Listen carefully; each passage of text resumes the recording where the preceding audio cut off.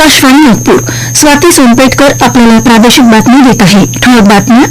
तिसऱ्या ब्रिक्स परिवहन मंत्र्यांच्या बैठकीअंतर्गत आज नागपुरात परिवहन कार्यगटाचे सत्र आयोजित. ऑस्ट्रेलिया आणि भारताच्या संरक्षण सहकार्याविषयीचं संयुक्त निवेदन जारी. राज्यात समान नागरी कायदा तयार करण्यासाठी 7 जणांची समिती स्थापन केल्याची मुख्यमंत्र्यांची विधानसभेत घोषणा.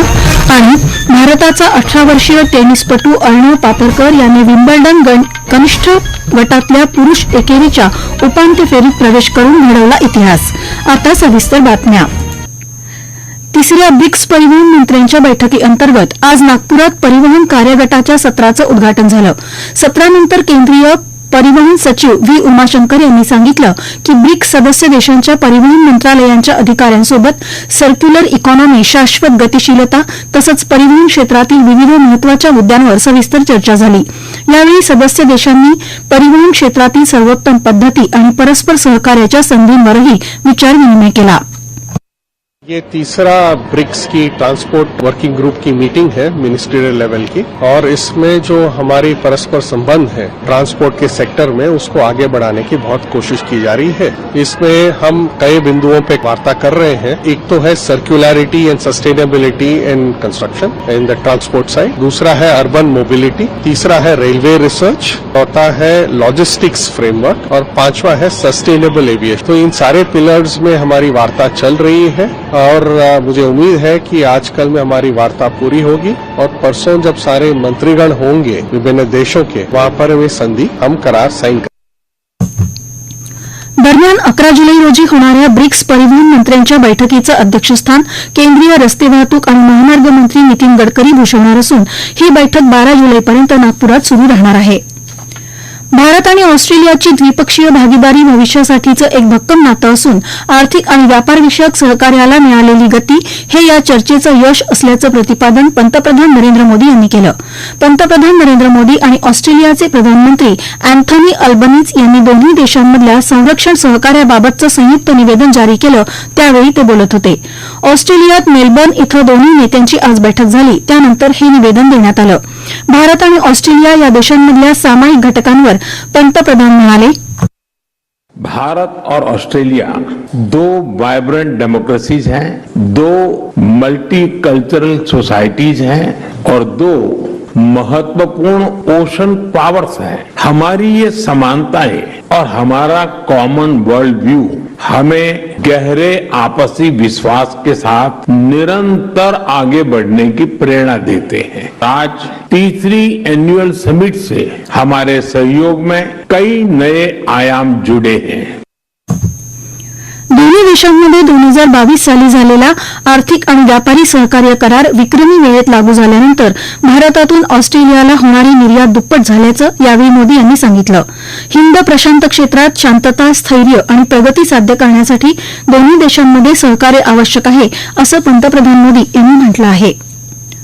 राज्यात समान नागरी कायदा तयार करण्यासाठी सर्वोच्च न्यायालयाच्या माजी न्यायाधीश न्यायमूर्ती रंजना देसाई यांच्या अध्यक्षतेखाली 7 जणांची समिती स्थापन केल्याची माहिती मुख्यमंत्री देवेंद्र फडणवीस यांनी विधानसभेत दिली. या समितीनं 6 महिन्यात अहवाल द्यावा आणि नागपूर इथं होणाऱ्या हिवाळी अधिवेशनात समान नागरी कायदा आणायचा प्रयत्न करू असंही त्यांनी सांगितलं. या समितीत मुंबई उच्च न्यायालयाचे निवृत्त न्यायाधीश न्यायमूर्ती आर सी चव्हाण, न्यायमूर्ती एस जे मेहरे, राज्याचे माजी मुख्य सचिव डी के जैन, मुख्य महाधिवक्ता वीरेंद्र सराफ, पद्मश्री आणि राज्यघटनेचे अभ्यासक रमेश पतंगे, शिक्षणतज्ञ आणि सामाजिक कार्यकर्त्या सुवर्णा रावल यांचाही समितीत समावेश आहे. छत्रपती शिवाजी महाराज यांनी किल्ले प्रतापगडाच्या पायथ्याशी अफजलखान भेटीच्या वेळी त्याचा अंग रक्षक सय्यद बंडा याचा वार रोखून छत्रपतींचं रक्षण करणारे वीर जिवाजी महाले यांचं स्मारक उभारण्यासाठी पहिल्या टप्प्यात 1 कोटी रुपये मंजूर केल्याची घोषणा मंत्री शंभूराज देसाई यांनी केली. मुंबई उपनगरातील खारफुटी क्षेत्रात 1 जानेवारी 2011 पर्यंत वास्तव्यास असलेल्या पात्र रहिवाशांचे सर्वेक्षण करून त्यांचं पुनर्वसन करण्यात येईल असं आश्वासन मंत्री चंद्रशेखर बावनकुळे यांनी विधानसभेत दिलं. लोकराज्य मासिकात भारतरत्न डॉ. बाबासाहेब आंबेडकर यांचा फोटो उलटा छापल्याच्या प्रकरणाची चौकशी करून 24 तासात कारवाई केली जाईल असं आश्वासन मुख्यमंत्री देवेंद्र फडणवीस यांनी दिलं. या मुद्द्यावर विरोधकांनी सभागृहात घोषणाबाजी केली. नाशिक कुंभमेळ्यासाठी प्रस्तावित रिंगरोडच्या आखणीत अनियमितता झाली का याची उच्चस्तरीय चौकशी करून 15 दिवसात अहवाल सादर केला जाईल अशी घोषणा महसूल मंत्री चंद्रशेखर बावनकुळे यांनी केली. विधान परिषदेत मंत्री जयकुमार रावल यांनी कांद्यावर प्रक्रिया उद्योगाला चालना देण्याचा अभ्यास सुरू असल्याची माहिती दिली. तर 48 साखर कारखान्यांकडे ऊस उत्पादकांचे 298 कोटी रुपये थकीत असून ही रक्कम व्याजासह मिळवून देण्यासाठी सरकार प्रयत्नशील असल्याचं मंत्री बाबासाहेब पाटील यांनी सांगितलं. राज्यातील सरकारी वनं तसंच केंद्र आणि राज्य सरकारच्या विविध प्राधिकरणांच्या जमिनींवर 1 जानेवारी 2011 पूर्वी उभारलेल्या पात्र घरांना संरक्षण देऊन त्यांचे SRA, म्हाडा किंवा अन्य गृहनिर्माण योजनांतून पुनर्वसन करण्यात येणार असल्याची घोषणा महसूल मंत्री चंद्रशेखर बावनकुळे यांनी विधानसभेत केली. यासाठी 3 महिन्यात सर्वेक्षण पूर्ण करून पुनर्वसनाचा मास्टर प्लॅन तयार केला जाणार असून 2011 पूर्वीच्या एकाही पात्र रहिवाशाला बेघर होऊ दिले जाणार नाही अशी ग्वाही त्यांनी दिली. या प्रादेशिक बातम्या आपण आकाशवाणीच्या नागपूर केंद्रावरून ऐकत आहात. आमच्या केंद्रावरील सर्व बातम्या ऐकण्यासाठी आणि ताज्या घडामोडी जाणून घेण्यासाठी Marathi news Nagpur all India radio या आमच्या युट्यूब चॅनलला नक्की सबस्क्राईब करा.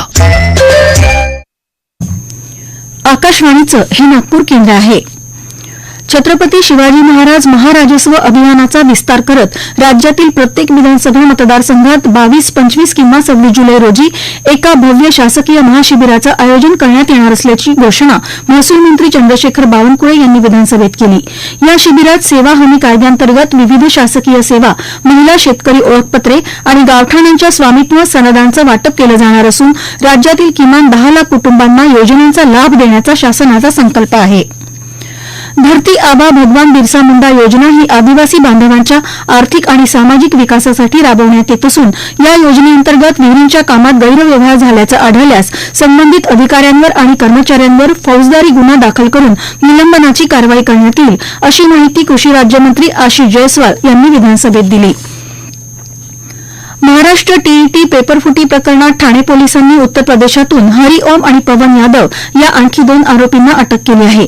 तपासात दोघांचा पेपरफुटीतील आर्थिक व्यवहारांशी थेट संबंध आणि कटात सक्रिय सहभाग असल्याचं निष्पन्न झाल्याची माहिती पोलिसांनी दिली.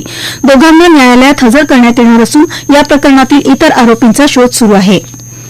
रामदासपेठ येथील नागपूर महानगरपालिकेच्या मोर हिंदी उच्च प्राथमिक शाळेच्या जागेवर अत्याधुनिक क्रीडा संकुल उभारण्याचं काम वेगानं सुरू असून या प्रकल्पाची मनपाच्या क्रीडा विशेष समिती सभापती श्रीमती दर्शनी धवड यांनी पाहणी केली.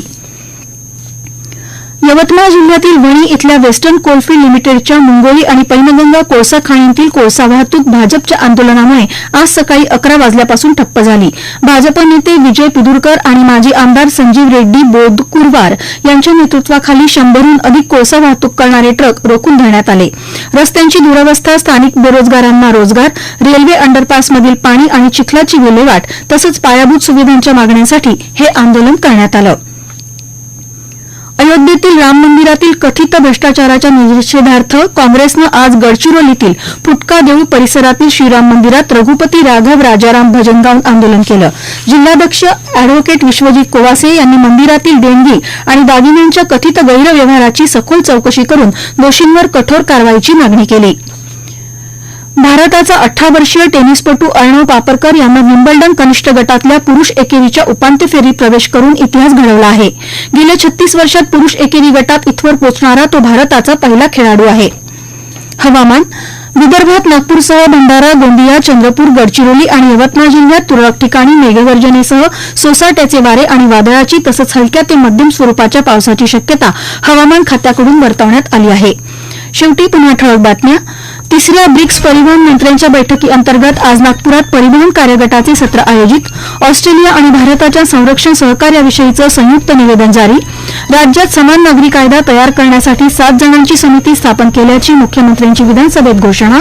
आणि भारताचा 18 वर्षीय टेनिसपटू अर्णव पापरकर याने विम्बल्डन कनिष्ठ गटातल्या पुरुष एकेरीच्या उपांत्य फेरीत प्रवेश करून घडवला इतिहास. याबरोबरच हे प्रादेशिक बातमीपत्र संपलं.